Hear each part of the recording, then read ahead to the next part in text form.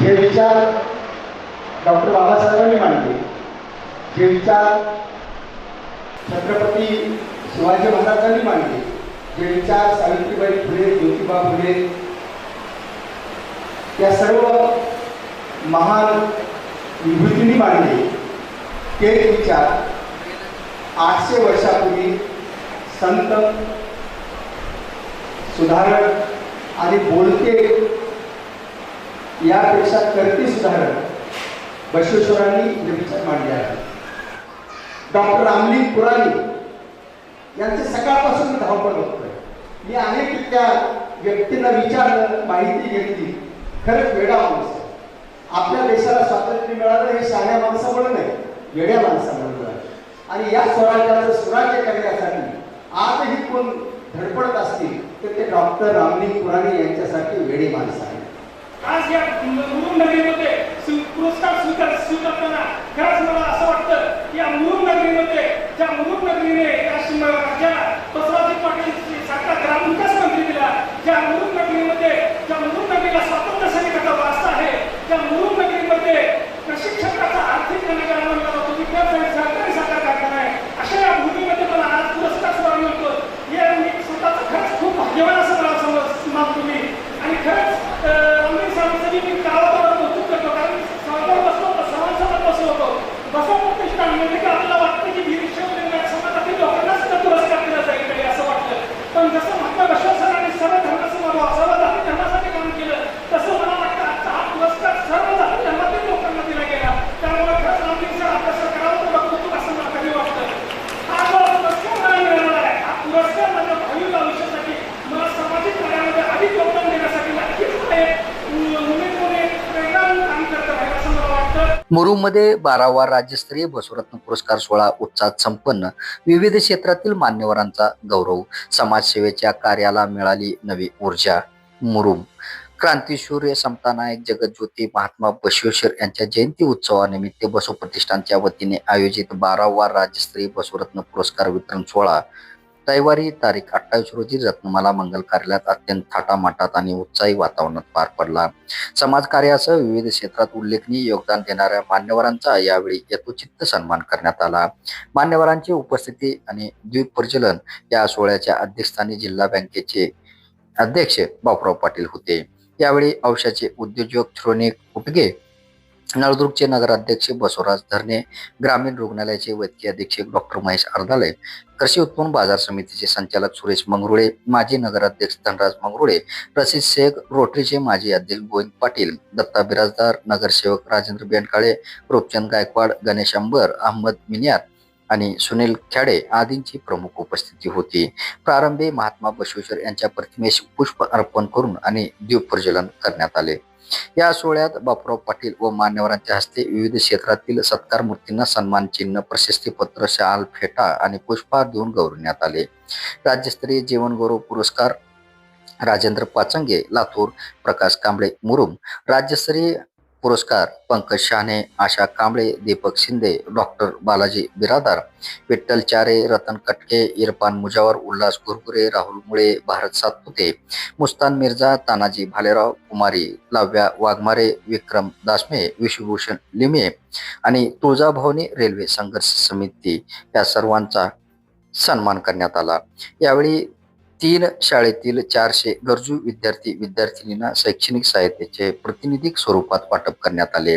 सत्काराला उत्तर देताना सत्कारमूर्ती कविवर्य भारत सातपुते, डॉक्टर बालाजी बिरादार, आशाताई कांबळे यांनी आपल्या मनोगतातून कृतज्ञता व्यक्त करताना पुरस्कारामुळे सामाजिक कामाची ऊर्जा मिळते. या पुरस्कारामुळे भविष्यात अधिक जोमाने काम करण्याची प्रेरणा मिळते. हा सन्मान केवळ वैयक्तिक नसून तो आमच्या सामाजिक बांधिलकीच्या कार्याची पावती आहे, असे त्यांनी सांगितले. नळदुर्गचे नगराध्यक्ष बसवराज धरणे यांनी बसव प्रतिष्ठानचा हा उपक्रम समाजाला योग्य दिशा देणारा असून सामाजिक कार्यकर्त्यासाठी तो प्रोत्साहनाचा असल्याचे नमूद केले. कार्यक्रमाचे प्रास्ताविक बसव प्रतिष्ठानचे राष्ट्रीय अध्यक्ष डॉक्टर रामलिंग पुराणे यांनी या सोहळ्यामागची भूमिका स्पष्ट केली. कार्यक्रमाचे सूत्रसंचालन संतोष कांबळे तर आभार अजिंक्य मुरुमकर यांनी मानले. या सोहळ्यासाठी मुरुम शहर व परिसरातून नागरिक मोठ्या संख्येने उपस्थित होते. महाप्रसादाने कार्यक्रमाचे सांगता संपन्न झाले.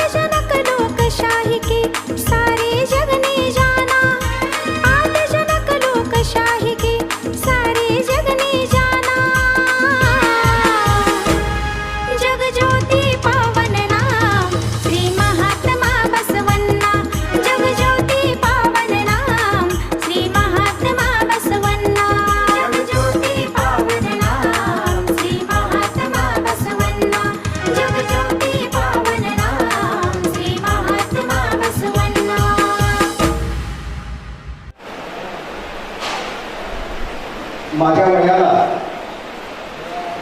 64 वर्ष पूर्ण झाली आहे. संख्येने पुस्तकं 7 लिहिली आहेत आणि आजचा हा माझा 129वा पुरस्कार आहे. खरं तर जे विचार डॉक्टर बाबासाहेबांनी मांडले, जे विचार छत्रपती शिवाजी महाराजांनी मांडले, जे विचार सावित्रीबाई फुले, ज्योतिबा फुले या सर्व महान विभूतींनी मांडले, ते विचार 800 वर्षापूर्वी संत, सुधारक आणि बोलते यापेक्षा करते सुधारक बसवेश्वरांनी हे विचार मांडले आहेत. हा कार्यक्रम मला यासाठी मनापासून भावला की डॉक्टर रामलिंग पुराणे यांनी पुराणे विचार, वारसा, महत्व आजही टिकलं पाहिजे यासाठी त्यांनी जे धडपड केली, याबद्दल त्यांचा आपण टाळ्या वाजवून सर्वांनी कौतुक करावं, त्यांचं अभिनंदन करावं. खरं तर डॉक्टर रामलिंग पुराणे यांच्याकडे पाहिलं की मला असं वाटतं की घरात नसले कधी कणभर दाणे, घरात नसले कधी कणभर दाणे, तरी बसव प्रतिष्ठानसाठी गावे मनभर गाणे, गावे मनभर गाणे हा विचार त्याने इथे तंत्र मांडलेला आहे. मित्र, जात धर्म गडबाजी कुठे नाही, पण याच्या पलीकडे जाऊन हा आजचा कार्यक्रम आहे.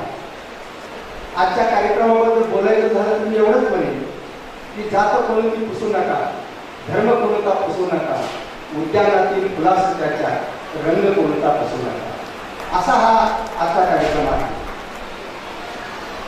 मी 2-3 गोष्टींचा उल्लेख करतो, मी खूप वेळ घेणार नाही. मी शिक्षक, मुख्याध्यापक म्हणून शिक्षण क्षेत्रामध्ये जे काम केलं ते 2-3 गोष्टींच्या विरोधात केलं. काय? पहिलं काम केलं की मी व्यसनाच्या विरोधात. मला कळत नाही, हा संतांचा, महाविभूतींचा हा देश आहे, ही माती आहे. यांच्या जयंती आणि पुण्यतिथी जसजसे वाढायला लागतात तसतशी दारूची दुकाने का वाढतात, आई माझा प्रश्न आहे. दारूमुळे संसार उद्ध्वस्त होतात हे कुठल्याही सरकारला का कळत नाही? एखाद्या दारूमधून जर महसूल मिळत असेल आणि महसुलावरती सरकार चालत असेल तर मला असं वाटतं माणसं माणूस सरकार चालणं याला काही फारसा अर्थ आहे असं वाटत नाही. दारू हे समाजाची बंद कधी होणार हा माझ्या पुढचा एक प्रश्न आहे. मी लढलो कधी कधी माझ्या सहकार्यांच्या व्यसनाच्या विरोधात, त्याच्यावरती मी सविस्तर नाही बोलणार. दुसरी लढाई लढलो ती मी भ्रष्टाचाराच्या विरोधात. अण्णा हजारेंना देवळामध्ये ताटवाटी ठेवून लग्न न झालेल्या माणसाला, संसार नसलेल्या माणसाला भ्रष्टाचाराच्या विरोधामध्ये लढणं लय सोपं आहे, पण नोकरीमध्ये राहून भ्रष्ट यंत्रणेच्या विरोधामध्ये लढणं बाईचं दूध आठवतं. ते मी आयुष्यभर काम केलेलं आहे. अनेक अधिकारी मी अँटी करप्शनला दिले, कारण भ्रष्टाचाराची लढाई एवढी सोपं नाही. माझा एक साधा प्रश्न आहे, सरकार कुठलं लिहून द्या, कुठल्या कार्यालयाला भ्रष्टाचार कमी झाला हे कुणी ठामपणे सांगू शकेल का?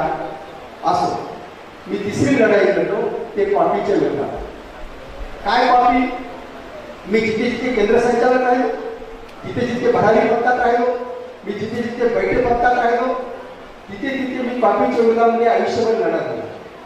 मी जिथे हे काम केलं तिथला निकाल किमान 80% खाली आला. म्हणजे एवढा मोठा कॉपीचा कॅन्सर आजही शिक्षण विभागामध्ये काही अपवाद वगळला तर ग्रामीण भागामध्ये हे आहे. आणि याला कोण जबाबदार असेल तर मला असं वाटतं माझ्याकडनं जितके जबाबदार आहे. हे कॉपी जर बंद झाली तर मुलांचं भवितव्य घडेल, याच्या दिशेने मी काम केलेलं आहे. संख्येने मी मगाशी उल्लेख केला, खूप पुस्तकं लिहिली, पण हाच विचार या पुस्तकामध्ये मांडण्याचा मी प्रामाणिकपणे प्रयत्न केलेला आहे. डॉक्टर रामलिंग पुराणे यांचे सकाळपासून मी धावपळ बघतोय. मी अनेक त्या व्यक्तींना विचारलं, माहिती घेतली. खरंच वेडा माणूस आहे. आपल्या देशाला स्वातंत्र्य मिळालं हे शहाण्या माणसामुळे नाही, वेड्या माणसामुळे. आणि या स्वराज्याचं सुराज्य करण्यासाठी आजही कोण धडपडत असतील तर ते डॉक्टर रामलिंग कुराणे यांच्यासाठी वेडे माणसं आहे. मी जिथे काम केलं औसा तालुक्यामध्ये भाद्याला मी दोन हायस्कूलचा 5 वर्ष मुख्याध्यापक होतो आणि माझ्या शाळेला 5 वर्षात एकही दिवस सुट्टी घेतली नाही. मी नोकरीच्या गावात आणली, एक वेळ हाताने स्वयंपाक केला, पहाटे 5:30ला माझी शाळा भरायची आणि रात्री 8:30ला संपायची. मी उपकार केले नाही, मला 1 लाखाच्या आसपास पगार होता. मी एवढं काम केलं, एवढं वेळ होतं, तसं वेळ डॉक्टर रामलिंग कुराणे यांना. माझं वेळ कसं होतं, पोलिसांना काळजी, चोरं कुठून आणायची आणि मुख्याध्यापकाला काळजी, पोरं कुठून आणायची. ती म्हणाली 2 नंतर तिसरं नको, कुटुंब योजनाची केस घडली पाहिजे. पण हा मुख्याध्यापक नवरा तिला झोपे देखील म्हणाला पोरं वाढली पाहिजे, पोरं वाढली पाहिजे. असं हे काम डॉक्टर रामलिंग कुराणे यांचं आहे. असं मला असं वाटतं, असं वेळ हे प्रत्येकाला असलं पाहिजे, तरच आपण स्वराज्यातून स्वराज्याकडे जाऊ. अन्यथा आपल्याला फार काही यातून लाभ होईल असं मला वाटतं. शिक्षणाच्या आणि सहकाराच्या क्षेत्रामध्ये मुरुमचं खूप मोठं नाव आहे. मी माझ्या ज्या अनेक पुस्तकांचं प्रकाशन झालं ते आदरणीय विलासरावजी असतील, शिवराजी पाटील असतील, बसवराजी पाटील असतील यांच्या उपस्थितीमध्ये लातूरला अनेक पुस्तकांचं प्रकाशन झालं. या भागामध्ये मी अनेक वेळा आलो. तुमचा कारखाना पाहिला की मला असं वाटतं की काडीचा नव्हता भाव या जागेचे झाले सोने, काडीचा नव्हता भाव या जागेचे झाले सोने, शिवाराच्या वाटा सगळ्या गाती साखरेचे गाणे, गाती साखरेचे गाणे. असं हे अतिशय चांगलं काम वादळामध्ये आणि प्रतिकूल परिस्थितीमध्ये आपले काम हे टिकून आहे, याबद्दल खूप आनंद आहे. असो मला असं वाटतं, माझा सर्वात जास्त जीव घर, दार, संसार आणि शेतीपेक्षा माझ्या पुस्तकांच्या वरती आहे. मी अनेक वेळा शिक्षण सोसायटीचं कर्ज काढून पुस्तकं काढली, एवढा माझा जीव या पुस्तकावरती आहे. मी एके ठिकाणी असं म्हटलंय की नाही झुकलो पोटासाठी, झुकलो नाही पाण्यासाठी, तहानेची ही कोरड घेऊन जगतो आहे कवितेसाठी. नको तो मजला रात्रीच्या गाड्या, नको तो मजला रात्रीच्या माड्या, कवितेमधून फुलवीत राहील माणुसकीच्या अफाट वाड्या. कविता माझी माझी प्रेयसी, कविता माझी माझी आई, संसाराच्या वादळ वेळी कविता माझी जाई जुई. नाही हरलो उद्यासाठी, झुरलो नाही गाड्यासाठी, श्वास माझा सरसळतो आहे लक्ष फुलांच्या कवितेसाठी, लक्ष फुलांच्या कवितेसाठी. मी मनापासून आपले बोल व्यक्त करतो आणि जेवढी शिक्षण क्षेत्रातले आहेत त्यांना माझी मनापासून विनंती आहे की आपल्या शाळा टिकवा. या शाळा टिकल्या तर गोरगरीब मुलांच्या शिक्षणाची जी अंतिम व्यवस्था आहे ही व्यवस्था आपण टिकवली तर ही मुलं टिकतील आणि त्याला चांगल्या प्रकारे शिकवता येईल असं मला वाटतं. ते शिक्षण घेतील. मी मनापासून आपल्या सर्वांचे धन्यवाद ऋण व्यक्त करतो आणि धन्यवाद.